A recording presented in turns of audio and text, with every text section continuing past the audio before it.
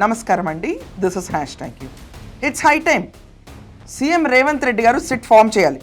SIT form చేసి judicial enquiry call for చేయాలి. దీంట్లో ఖచ్చితంగా బీఆర్ఎస్ బీజేపీని ఇన్వెస్టిగేట్ చేయాలి. మీనాక్షి నటరాజన్ కేసు పైన ఎక్కడ లేని ప్రేమ కాంగ్రెస్ పార్టీ పైన ఒలకబోస్తున్న కేటీఆర్, హరీష్ రావు వీళ్ళందరు డ్రామాలు చూస్తుంటే ఎందుకో తేడా కొడుతుంది. అది కాకుండా మధ్యప్రదేశ్ మంత్రులు, బీజేపీకి సంబంధించిన వాళ్ళు, కిషన్ రెడ్డి వీళ్ళందరిపైన కూడా ఒక్కసారి judicial enquiry and SIT form చేసి తీరాలి.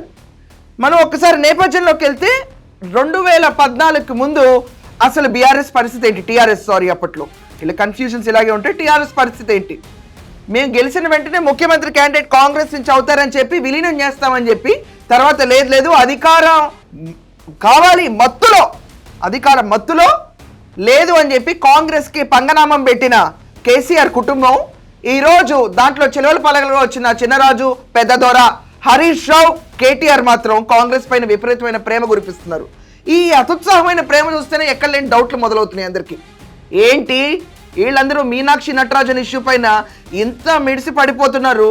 ఆవిడికి నామినేషన్ తిరస్కరిస్తే ఇక్కడ వీళ్ళందరూ కూర్చుని ఇంత ఇస్తున్నారు ఏంటి అని చెప్పి డౌట్ ఇక్కడ మొదలవ్వాలి. అసలు మధ్యప్రదేశ్లో మంత్రులు, ఇక్కడ తెలంగాణ నుంచి వచ్చిన ఇన్ఫర్మేషన్ అంటే దాన్ని తీసుకొచ్చి ధర్మపురి అరవింద్ ఇక్కడ కూర్చుని రేవంత్ రెడ్డి ఇచ్చాడో లేకపోతే వాళ్ళ మనుషులు ఎవరైనా ఇచ్చారో అని చెప్పిన వ్యాఖ్యలు.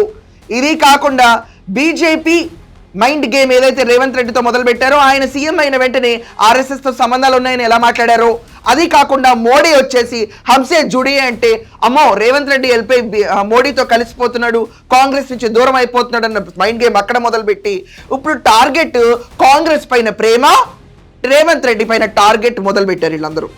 ఎవరికి అర్థం కావు ఈ చిల్లర చేష్టలు? ఎవరికి అర్థం కావు? ఆ రోజేమో కాంగ్రెస్ని పక్కన పడేసి ఆవకాయ ముక్కలాగా నంజుకుని తెలంగాణ ఇచ్చిన తర్వాత పక్కన పడేసి ఈరోజు వీళ్ళే అపరిమితమైన ప్రేమ కురిపిస్తున్నారు. ఈ అతి చేస్తేనే ప్రజలందరికీ డౌట్ వస్తుంది. రేవంత్ రెడ్డి నోళ్లు తిరగకుండా ఉండే సవాళ్ళకి సమాధానం ఇచ్చే వ్యక్తి. ఆయన రిటార్డ్ ఎంత గట్టిగా ఉంటుందో ప్రతి ఒక్కరికి తెలుసు. హరీష్ రావు కూర్చుని సిట్టింగ్ జ్యుడిషియల్ ఎంక్వైరీ చేయాలి, ఇక్కడ మధ్యప్రదేశ్ ఎంపీ మంత్రులు ఇచ్చిన ఇన్వెస్టిగేషన్ చేయాలి, వాళ్ళు ఇచ్చిన ఇన్ఫర్మేషన్ ప్రకారం తెలంగాణ నుంచే మీనాక్షి నటరాజన్ పైన వెళ్ళిందని కానీ దుమ్ము దులుపుతున్నారు రేవంత్ రెడ్డిని. ఇక్కడ పార్టీని దుమ్ము దులిపితే వీళ్ళ స్ట్రాటజీ ఒక రకంగా ఉందనుకోవచ్చు. పార్టీలో ఎవరిని దుమ్ము దులపరు, వర్గాలను దుమ్ము దులపరు, కాంగ్రెస్లో ఉన్న క్యాబినెట్ మెంబర్స్ని దుమ్ము దులపరు, కేవలం రేవంత్ రెడ్డిని టార్గెట్ చేసి దుమ్ము దులపడం అనుమానాలకు దారితీస్తుంది. ఈరోజు ఎక్కడన్నా రేవంత్ రెడ్డి హైకమాండ్ ఏం చెప్తే అది ఫాలో అవుతారు, ఇది నిజం.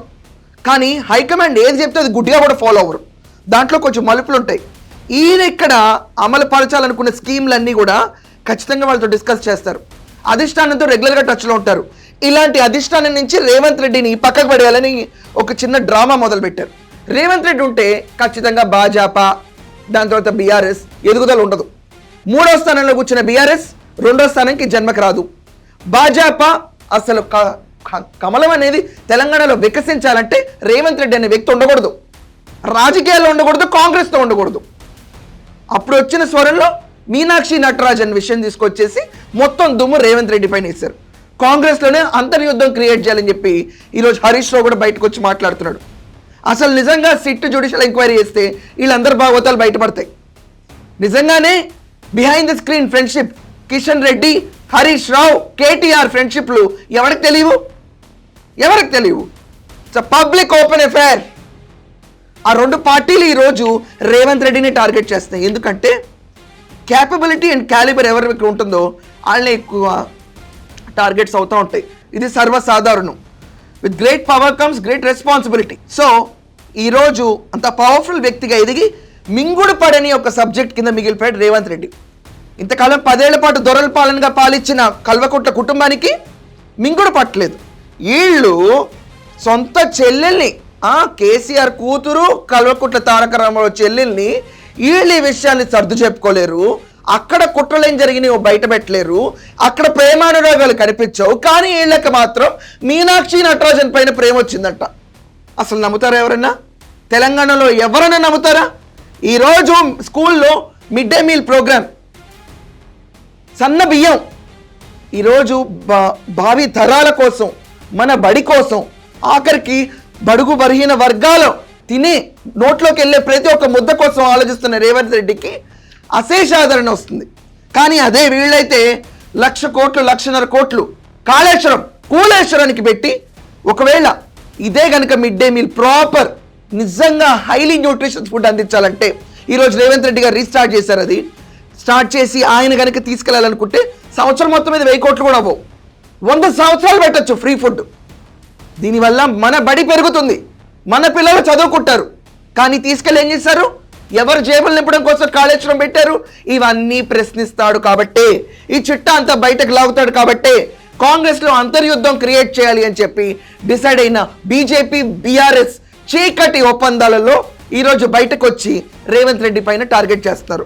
హరీష్ రావు అడిగినట్టే రేవంత్ రెడ్డి గారు, it's my kind request, SIT and judicial enquiry, BRS and BJP involvement in Meenakshi issue మీరు చేస్తే చాలా విషయాలు తేటతెల్లం అవుతాయి. ఏమంటారు మీరందరూ? మీ ఒపీనియన్స్ ఖచ్చితంగా కమెంట్స్లో తెలియజేయండి. That's all for now. Thank you.